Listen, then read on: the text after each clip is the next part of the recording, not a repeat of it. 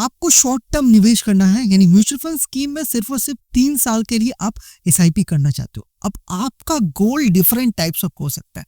First goal ये हो सकता है चाइल्ड एजुकेशन पर्पस, यानी हायर एजुकेशन हो या फिर कॉलेज के लिए आप कुछ सेविंग्स करना चाहते हो। दूसरा, आप डाउन पेमेंट के लिए सेविंग्स करना चाहते हो, यानी आप इन्वेस्टमेंट करना चाहते हो, चाहे वो हाउस पर्पस हो या फिर कार पर्पस हो।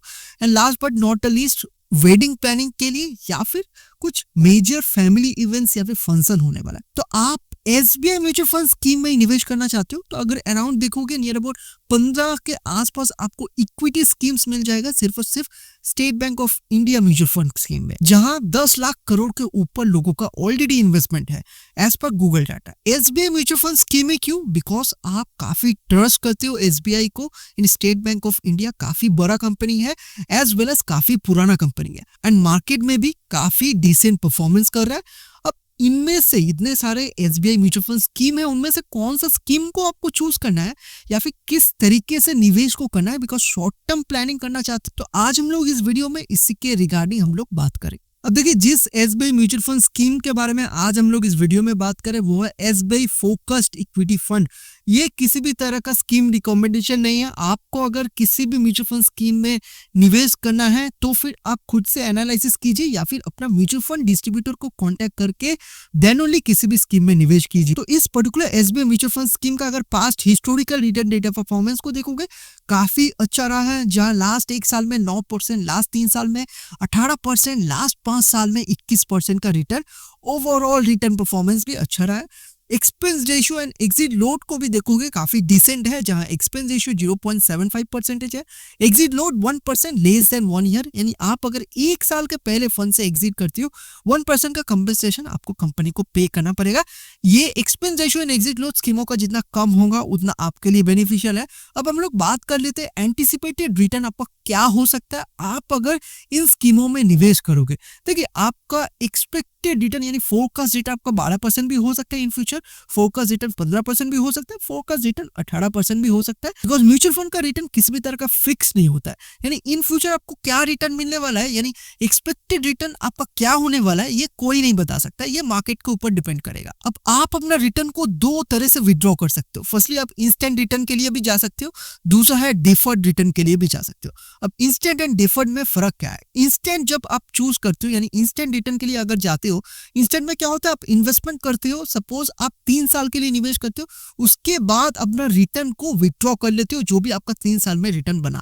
डिफर्ड में क्या होता है, इन्वेस्टमेंट करते हो यानी 3 साल के लिए निवेश करते हो, 3 साल के बाद जो भी आपका रिटर्न बन रहा है उसको आप तुरंत विथड्रॉ नहीं करते हो, यानी तुरंत आप पैसा को नहीं निकालते हो, आप 10 साल या फिर 15 साल के लिए मार्केट में या फिर स्कीम में रहने देते हो, फिर उसके बाद आप रिटर्न को विथड्रॉ करते हो। इन दोनों रिटर्न सिनेरियो को हम लोग देखेंगे कि आपका रिटर्न में कितना फर्क आता है। अब हम लोग इंस्टेंट रिटर्न को समझ लेते हैं, यानी डेमो इन्वेस्टमेंट स्ट्रेटेजी को हम लोग अगर समझेंगे, 1000 रुपए का एसआईपी सपोज आप स्टार्ट करते हो, 3 साल के लिए निवेश रखते हो अपना पैसा को, एड ऑन किसी भी तरह का आप एड ऑन या फिर स्टेप अप नहीं कर रहे हो, सिंपल एसआईपी कर रहे हो, टोटल निवेश अमाउंट 36,000 हो जा रहा है। अब आपका अगर एक्सपेक्टेड रेट ऑफ रिटर्न आपको अगर 18% मिल जाता है इन फ्यूचर स्कीमों से, तो फिर एंटिसिपेटेड रिटर्न इन फ्यूचर आपका क्या होने वाला है?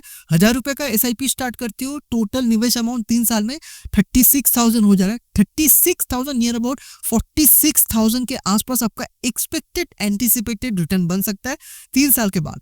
यही अगर 2000 का एसआईपी करते हो 3 साल में, टोटल निवेश अमाउंट 72,000 हो जा रहा है। 72,000 नियर अबाउट 90,000 के आसपास आपका 3 साल के बाद ये आपका एंटिसिपेटेड एक्सपेक्टेड रिटर्न बन सकता है। इस केस में 5,000 का एसआईपी करते हो, टोटल निवेश अमाउंट 3 साल में 1,80,000 हो जाएगा। 1,80,000 नियर अबाउट 3 साल के बाद 2,30,000 के आसपास आपका एक्सपेक्टेड एंटिसिपेटेड रिटर्न बन सकता है। तो आप अगर इस रिटर्न को देखोगे 3 साल में जो भी आपका रिटर्न बन रहा है उसमें उतना अच्छा कंपाउंडिंग ग्रोथ देखने को नहीं मिल रहा है। यानी आपको अगर और अच्छा ग्रोथ चाहिए और अच्छा रिटर्न चाहिए तो फिर एक ही ऑप्शन बचा हुआ है, आपको डिफर्ड रिटर्न के लिए जाना पड़ेगा। अब डिफर्ड रिटर्न के लिए आप अगर जाओगे तो फिर आपका रिटर्न में कितना फर्क आएगा, कितना ग्रोथ आएगा, इसको हम लोग समझेंगे। बट उससे पहले स्कीमों के बारे में थोड़ा सा और जानकारी इकट्ठा कर लेते हैं, जैसे कि मिनिमम इन्वेस्टमेंट रिक्वायरमेंट। आपको अगर इस particular SBI mutual fund scheme में निवेश करना है, मिनिमम आप कितना से शुरुआत कर सकते हो? एसआईपी के लिए 500 रुपया महीने से चालू कर सकते हो। लमसम यानी इकट्ठा निवेश करना है तो 5,000 से शुरुआत कर सकते हो।